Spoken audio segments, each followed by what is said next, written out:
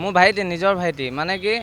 তেতিয়া যোৰাবাটৰ পৰা আমাৰ সেম কণ্ডিশ্যন তিনিটা আছে পেচেণ্ট ইয়াত তেওঁলোকে যোৰাবাটত আহি পেলাই কিবা এম্বুলেঞ্চত কৈ দিয়ে তেতিয়া ইমাৰ্জেঞ্চি হৈ যায় চবেইতো ভাবিব ওচৰত যোনখন আছে সোমাই দিয়ে তেতিয়া আহি ডাইৰেক্ট ইয়াত সোমাই দিয়াৰ পিছত তেতিয়া ডাইৰেক্ট ভেণ্টিলেশ্যনত লৈ যায় কোনো ইমাৰ্জেঞ্চি ডক্টৰেও নাচায় এইবাৰ ভেণ্টিলেশ্যন লৈ যোৱাৰ পিছত তেতিয়া গ'লে খালি এটাই কয় যে ভাল হ'ব 80% তাত দুদিনৰ পিছত কৈছে 80% ভাল হৈ গ'ল 20% আছে আমি 3-4 দিনত উলিয়াই দিম এসপ্তাহত ঘৰলৈ লৈ যাব পাৰিব আজি 10টালৈকে তেওঁলোকে কৈছে ল'ৰাটো ভাল হৈ গ'ল চকুটকু মেলিছে এইকেইটা মেডিচিন লগ আনি দিয়ক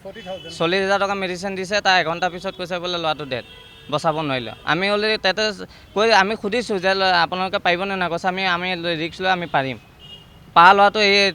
এঘণ্টাৰ ভিতৰত কেনেকৈ ঢুকাই থাকিলে এটা যদি পেচেণ্ট দিয়ে 10,000 টকাকৈ যাওঁ ডেইলি 500 টকাকৈ দিয়ে আৰু যিমান যি প্ৰব্লেম হয় যোৰাবাট টাৰ্ণিংটোতে চবতে একেই প্ৰব্লেম হেৰি পেচেণ্ট চিৰিয়াছ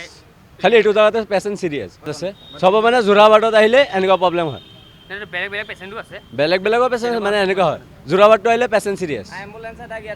এম্বুলেঞ্চে ইয়াত সোমাই আমি এনেকুৱা ইয়াৰ মানুহক কৈছে যে ইয়াত 10,000 টকাকৈ দিয়ে এটা পেচেণ্ট দিলে মানে ঘটনাটো এনেকুৱা ধৰণৰ চক তুষাৰ ৰঞ্জন ভূঞা বুলি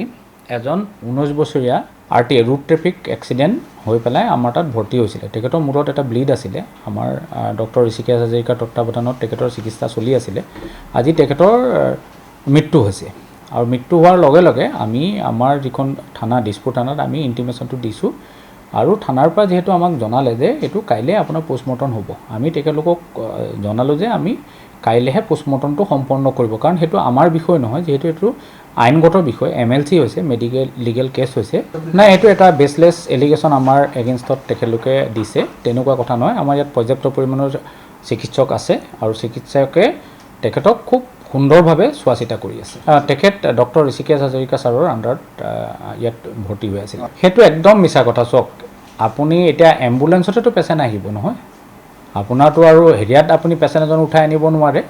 তো তেনেকুৱা কথা এইবিলাক বেছলেছ কথা আপোনালোকে নিজেও জানে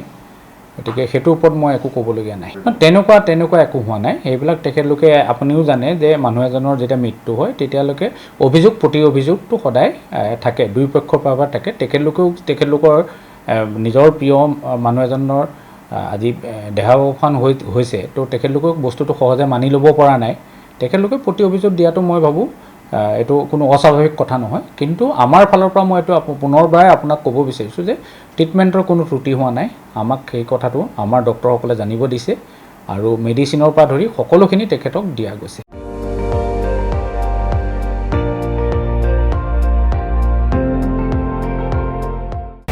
আপুনি চাই আছে ND24 সৰ্বশ্ৰেষ্ঠ নহয় সৰ্বোত্তমৰ দৌৰ